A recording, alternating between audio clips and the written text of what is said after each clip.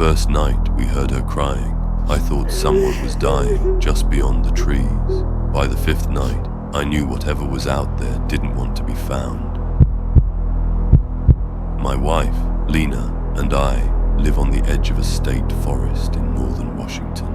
Our house is the last one before the road turns to gravel and disappears into miles of dense pines and uneven hiking trails. We moved there for the quiet. No neighbors, no traffic, just wind, insects, and the occasional hiker who misjudged how fast daylight disappears under a canopy of trees. It was late September when it started. Around 11 p.m., just as we were getting into bed, we heard a woman crying. Not sobbing loudly, not screaming, just crying. Soft, broken, like she was trying not to be heard. Lena sat up immediately. "Did you hear that?" I did.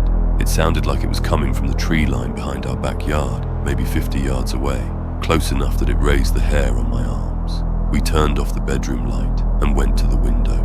The forest was black, swallowing what little moonlight there was. The crying continued, steady and rhythmic. My first thought was a lost hiker. The trails back there aren't well marked, and people underestimate them all the time. I grabbed a flashlight and stepped onto the back porch, calling out, "Hello? Are you okay?" The crying stopped instantly. The silence that followed felt heavier than the sound had. I waited, listening for movement, footsteps, leaves crunching, but there was nothing. After a minute, I went back inside, unsettled, but still rationalizing it away.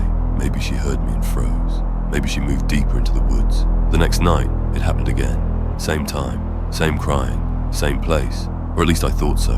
This time, Lena called out from the porch while I stayed inside, ready to call 911. The moment she spoke, the crying stopped again, like someone flipping a switch. By the third night, we were worried. Lena wanted to call the police immediately, but I hesitated. What would we even say? There's a woman crying in the woods, but she disappears when we talk to her. It sounded ridiculous. On the fourth night, we noticed something that broke that fragile sense of normalcy. The crying didn't come from the same spot. It started to the left of the yard, closer to the old logging trail. The sound carried strangely, as if the forest itself was bending it. When I shined the flashlight in that direction, the beam barely seemed to reach anything solid, just trunks and hanging moss. "She's moving," Lena whispered. "She's getting closer." But she wasn't. Night after night, the crying stayed just beyond reach. No matter where it came from, it never crossed into the yard, never onto the path, always at the edge, as if an invisible line had been drawn. On the fifth night, Lena grabbed my arm so hard it hurt. "There's more than one," she said. I listened harder. My stomach dropped. She was right. There were two cries, identical in tone and rhythm, one from the right side of the trees, one from behind them. They overlapped slightly, like a delayed echo, but echoes don't breathe between sobs. I felt cold all over, even though the house was warm. We called the police. They arrived within 20 minutes, 2 officers with flashlights and a calm skepticism that I envied. They walked the perimeter, stepped a few yards into the forest, and found nothing. No footprints, no signs of a campsite, no missing person reports matching our description. As they were leaving, one of the officers paused and said, "You know sound can travel weird out here, right? Could be an animal. Foxes make some awful noises." I nodded, even though I knew foxes don't cry like someone who's grieving. That night, the crying came back. Only this time, it was right at the edge of the yard, so close I could hear her sniffing. I stood frozen at the window, flashlight shaking in my hand.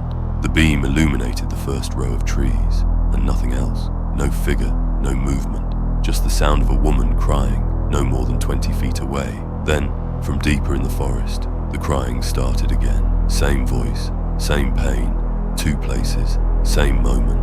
Lena began to cry too, silently, covering her mouth. I didn't call out this time. I didn't move. Every instinct I had screamed that acknowledging it, acknowledging her, was exactly what we weren't supposed to do. The next morning, we packed a bag and left, stayed with my brother for a week. When we came back, the forest was quiet again, too quiet. No insects, no wind. That night there was no crying. Instead, there was knocking, soft, careful, coming from the back door and from the tree line at the same time. I learned the hard way that some things don't hunt with teeth, only patience and your own voice. I grew up at the edge of a national forest in northern Pennsylvania, the kind of place where the tree line started just beyond your backyard fence and never really ended. At night, the woods pressed close to the house, breathing in slow, insect-filled waves. My father built the place himself before I was born, a squat, weather-beaten cabin with thick locks on every door and bars on the lower windows. I never questioned it. Out there, caution felt normal. I was 10 the first time I heard the crying. It was late autumn, just after dusk. I remember because the air had that sharp, metallic cold that stings your lungs, and the smell of wet leaves was everywhere. I was in my room, window cracked open despite my father's rules, listening to the forest settle for the night. That's when I heard it, a boy's voice, thin and breaking, drifting between the trees. "Help me," it cried, over and over again. It sounded close, too close. At first I thought it was a kid from one of the neighboring properties, maybe hurt or lost. We didn't have many neighbors, but sometimes hunters brought their families. The voice was hoarse, like it had been crying for a long time. It called out again, using no name, just begging. I didn't even think. I bolted from my room and down the hallway, heart hammering. My father was already there, standing in the living room, completely still. All the lights were off. He had one hand on the deadbolt. "Dad," I whispered, "there's a kid outside." He turned to me slowly, eyes wide, not with fear, but something colder, calculation. Before I could say anything else, the crying drifted closer, right up to the edge of the trees. I could hear leaves crunching under footsteps. That's when my father grabbed me. He dragged me away from the windows and shoved me into the bathroom, slamming the door shut. I heard the locks snap into place. 1, 2, 3. His breathing was heavy on the other side. "Do not answer it," he whispered through the door. His voice shook. That's how it learns your voice. I didn't understand. I just stood there, frozen, while the crying continued outside. Closer now, clearer. The voice sounded wrong, like it was trying too hard to sound scared. Then it spoke again. "Dad," it called. My stomach dropped. It had used my voice. Not perfectly. There was something off about the way it said the word, like it was tasting it, practicing the sound. The pitch wobbled unnaturally at the end. I slapped my hands over my mouth to keep from screaming. The footsteps stopped right outside the house. I heard fingernails scrape against the siding. Slow, curious. The voice tried again. "Dad, let me in. It's cold." My father didn't move. He didn't answer. He stayed silent, just like he'd taught himself to be. Eventually, after what felt like hours, the scraping stopped. The footsteps retreated back into the woods. The crying faded with them. That night, my father slept in front of my bedroom door with a shotgun across his knees. He never explained what happened. He didn't have to. After that, I noticed things I hadn't before. The salt lines along the windowsills. The way he never spoke outside after dark. The reason we never had visitors. Never stayed out late. Never called the police for noises in the woods. Years passed. I grew up. The forest stayed the same. My father died when I was 22.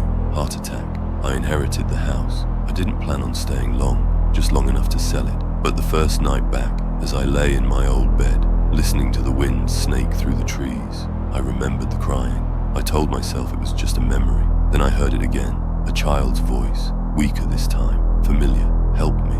It came from deeper in the woods now, but it was unmistakable. Older maybe, rougher, like something that had been practicing for years. I stayed silent. I didn't move. The voice waited. Minutes passed. Then it spoke again. "Dad," it called, perfectly this time. The word landed with my exact inflection, my exact cadence, like a recording played back through a broken speaker. I realized then what my father had done. He hadn't protected me just that night. He'd starved it. Years of silence, of locked doors, of never giving it anything new to learn. But I had come back. The footsteps started toward the house, slow and confident. The crying stopped completely. I'm writing this with every light on and every lock engaged. The voice is outside now, circling the walls, whispering things only I would know. Memories, nicknames, my father's voice too. It doesn't sound like a child anymore, and I don't think it's going to leave this time. Every winter, after the first snowfall, something came out of the woods to watch our house. We never saw it move, only where it stood, and how close it got. I grew up in a rural part of northern Pennsylvania, in a house backed up against a thick stretch of woods that locals simply called the tree line. It wasn't deep forest, but it was dense enough that once you stepped inside, the road and nearby houses disappeared almost instantly. In summer, it felt peaceful. In winter, it felt like a wall. The first year it happened, I was 12. The first snowfall of the season came late one night. By morning, everything was quiet and white, the kind of silence that makes even your own footsteps sound wrong. My dad was the first to notice the footprints. They came out of the woods in a straight line, deep impressions in the fresh snow. Each one was long, narrow, and spaced too far apart. They didn't wander or stagger, they just advanced. They stopped about 6 feet from our back door. At first, my dad laughed it off. Probably a deer standing up, he said, though he didn't sound convinced. The prints weren't hooves, they weren't boots either. No tread, no heel, just long depressions, like something pressed straight down into the snow. By noon, the sun had softened them enough that we stopped thinking about it. That night, I couldn't sleep. Around 2 a.m., I got up to get a glass of water and passed the sliding glass door that looked out into the backyard. That's when I saw it. At the edge of the woods, just beyond where the snow turned black with shadow, something was standing upright. It was tall, taller than my dad, and impossibly thin. I couldn't make out features, only a darker shape against the trees, like a silhouette cut out of the night. It didn't move, it didn't sway, it just stood there, facing the house. I stood frozen, my heart pounding so loudly I was sure it could hear me. After a few seconds, I convinced myself it was just a tree, or my eyes playing tricks on me. I turned on the kitchen light. When I looked back, it was gone. The next morning, there were fresh footprints. That winter, it happened 4 more times. Always after a snowfall, always at night, always stopping just short of the door. My parents started closing the curtains after dark, but that didn't stop the feeling of being watched. The second winter was worse. By then, my younger sister was old enough to notice things. One night, she asked my mum why the man in the woods only came out when it snowed. My mum went pale. When she asked what my sister meant, she said, "He stands by the trees and looks at my window." Her bedroom faced the backyard. My dad installed motion lights. They worked for a while. One night, the lights snapped on, flooding the yard with harsh white glare. I rushed to the window, heart racing. The yard was empty, but the footprints were there the next morning, closer together this time, like whatever made them had slowed down. They stopped less than 3 feet from the door. We called the police. They took pictures, asked questions, and suggested it might be a prank. No one ever came back to check. By the third winter, we had rules. No looking outside after dark, no opening the curtains, no going out to check the yard, no matter what we heard. And we did hear things, soft crunching in the snow, slow, deliberate footsteps that circled the house. Once, scratching, light, almost curious, along the siding near my sister's window.